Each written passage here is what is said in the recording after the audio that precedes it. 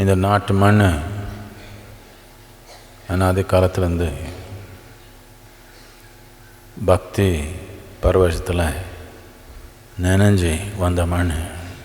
பக்தின்னா நாம் மனநிலையில் உணர்ச்சி நிலையில்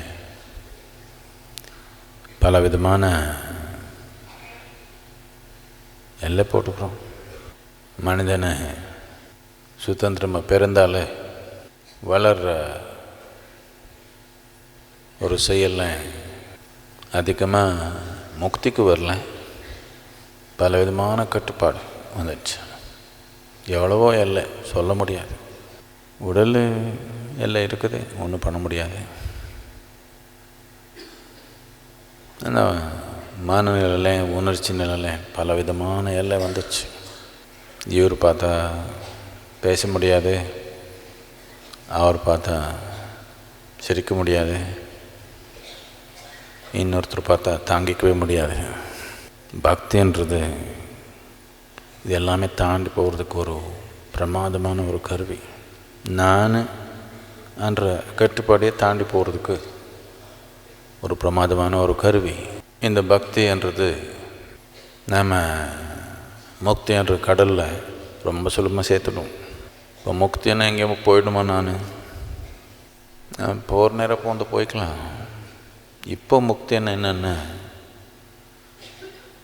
நமக்குள்ளே இருக்கிற கட்டுப்பாடும் கோவம் வெறுப்பு பதற்றம் பொறாமை இந்த எல்லை தாண்ட முடியும்னா இதே தான் முக்தி. இப்போதைக்கு நேரம் வந்தப்போ இன்னொரு மாதிரி முக்தி பண்ணிக்கலாம். இப்போதைக்கு இது தாண்டணும். நமக்கு இருக்க நாமும் உருவாக்கியிருக்கிற எல்லா எல்லை ஒடுக்கிறதுக்கு ஒரு அடிப்படை தெய்வத்தினால் இது உருவாக்கப்பட்டிருக்குதோ அது மட்டும்தான் இருக்கணும். நீங்கள் உருவாக்குனதெல்லாம் ஒடிச்சிடணும். தெய்வத்தினால உருவாக்கின தன்மை மட்டும் இங்கே இருந்தால் நாம் அப்படி தான் இருப்போம். உயிர் நல்லாவே உருவாக்கப்பட்டிருக்குது. முட்டாள மனத்தில் எவ்வளவோ சொல்ல முடியாது.